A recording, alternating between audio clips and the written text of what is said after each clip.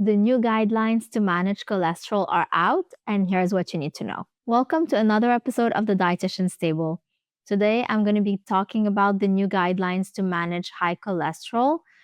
They were just released this year by the American Heart Association and the American College of Cardiology. So let's dive into it.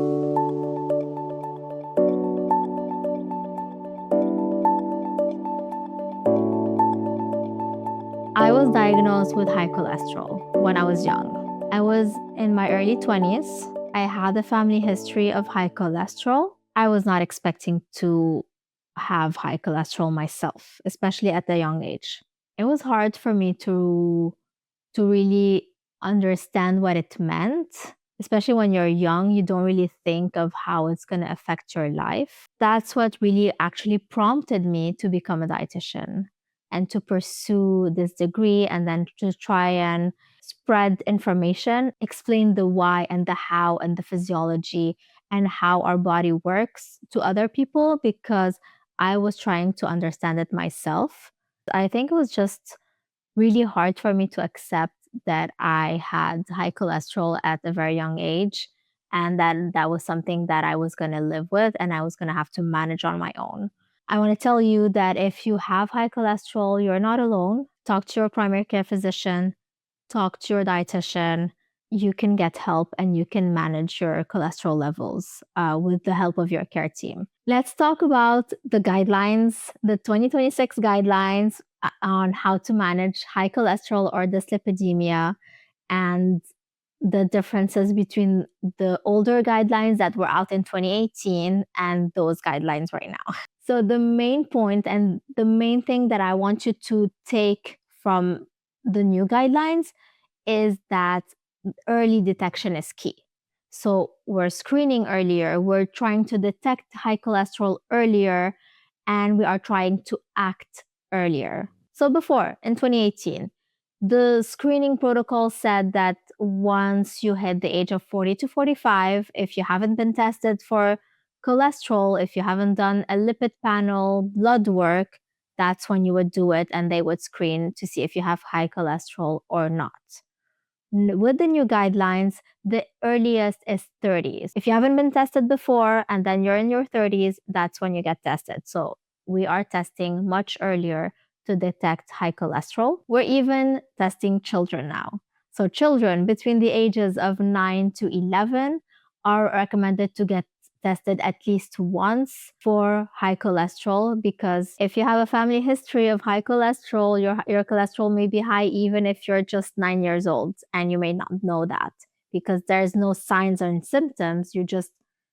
You look normal, you feel normal, you don't feel anything, but your blood cholesterol is high. So early detection is key. Before, there was the calculator to calculate your 10-year risk of heart disease. Now there's a new calculator. It's called Prevent. It assesses your 10-year risk and your 30-year risk. So it's just more detailed and they're looking at the long-term risk because again, cholesterol does damage in our bodies if it stays uncontrolled for a long period of time. That's why we want to act fast. What I really like about those guidelines is that they are putting back the numbers in. Before we were looking at reducing the percentages of the LDL, of the triglycerides, and now they're back at saying for someone who is at low risk or moderate risk of cholesterol, we want your LDL to be under 100. If you're at high risk, under 70. If you have some type of comorbidities like hypertension or diabetes, we want to decrease your LDL levels to 55 or less.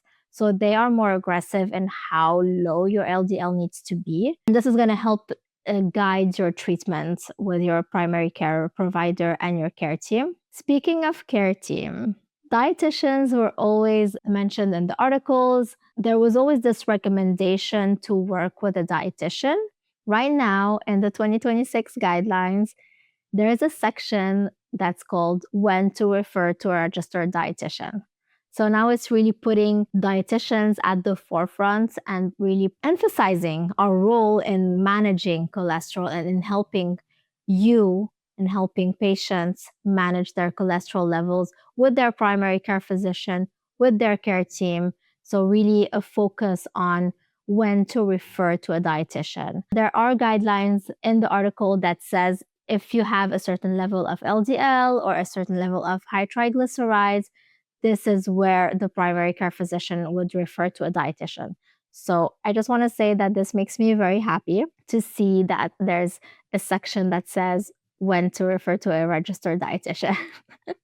The reason why we're there is because the most important thing about how you can lower your cholesterol is lifestyle changes and nutrition. And this is still the number one recommendation is to work on lifestyle changes and nutrition to lower your cholesterol levels.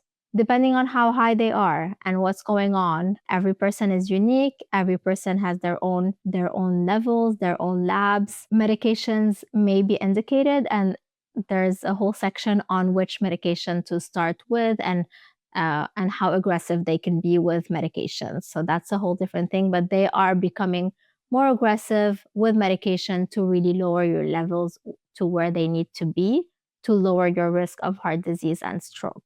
Going back to how you can manage your cholesterol, there are so many different ways because it's a lifestyle change. We're going to be talking about nutrition, sleep, and making sure that you get at least 7 to 9 hours of sleep, managing stress, avoiding tobacco. Even secondhand smoking can be very harmful and can affect your risk of heart disease. Prioritizing movement, any type of movement, physical activity, any type of movement or a workout that you enjoy to do.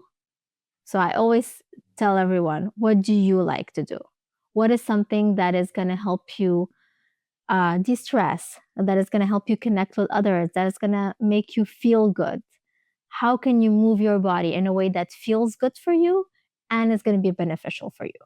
Because when you find that physical activity that you enjoy, you are able to add it and incorporate it in your daily routine, and it's going to become a habit. Once it becomes a habit, you are one step closer to sustainable change. And with cholesterol, like everything else, small steps make a big difference. Every small step that you are going to make towards lowering your cholesterol levels or towards a healthier lifestyle is going to make a big difference in your numbers. So I would recommend to start early. And again, early detection is key, and really work with your primary care physician and your team to manage your lifestyle and really trying to get a holistic approach to managing your cholesterol. Regarding nutrition, it's one really important part of managing your cholesterol. So trying to avoid trans fats and saturated fats, trying to avoid fried foods, ultra processed foods. Try to cook more at home, try different recipes, see how you can change your diet at home to benefit you and to benefit your family, all your family members, and not just eating differently and then just because you have high cholesterol and then seeing your family eating something else. So just trying to incorporate a healthy lifestyle in your household for a sustainable change and for a healthier lifestyle for everyone. Every time someone tells me they have high cholesterol or even me, when I was diagnosed with high cholesterol, I felt like food was taken away from me and I didn't deserve to eat anymore because I had high cholesterol. And I want you to switch that mindset. I want you to switch that mindset and think, what can I add to my plate to make it more filling and to make it more nutritious? So we want to add fruits and vegetables. We want to add beans and lentils and seeds and nuts. So we want to add those healthy fats and all those nutritious foods that are going to help you lower your cholesterol levels. And this is how you achieve that, by adding nutritious foods and limiting ultra processed foods, limiting fried foods, limiting pre-packaged, pre-made, ready-made meals, as much as they seem, convenient, but on the long term, they're gonna affect your cholesterol levels. So thank you so much for listening. Know your levels, know your cholesterol levels, and talk to your primary care physician to see how you can start your sustainable long-term change. If you want me to go into more details about the different types of cholesterol and how they work in the body, let me know in the comments, and I can do another episode just talking about that, because I can talk about that again. And if there's any topics that you're interested in, just let me know in the comments and we can try and do an episode on that. Please like and subscribe. And if you want to be a guest on the show and come talk to me, go on our website, thedietitianstable.com/apply. And I would love to have you and discuss your nutrition journey with you. Thank you again, and we'll catch you in the next episode. The Dietitian's Table podcast is an independent production of the Dietitian's Table, LLC. Our co-founder and host is Joy Corey, MS, RD, CNSC. Our co-founder and CEO is Sam Sabaga. Our creative director and executive producer is me, Siri Khan. Content of the Dietitian's Table is for informational purposes only and is not intended as individual medical advice. For specific dietary or medical concerns, please reach out to your primary care provider.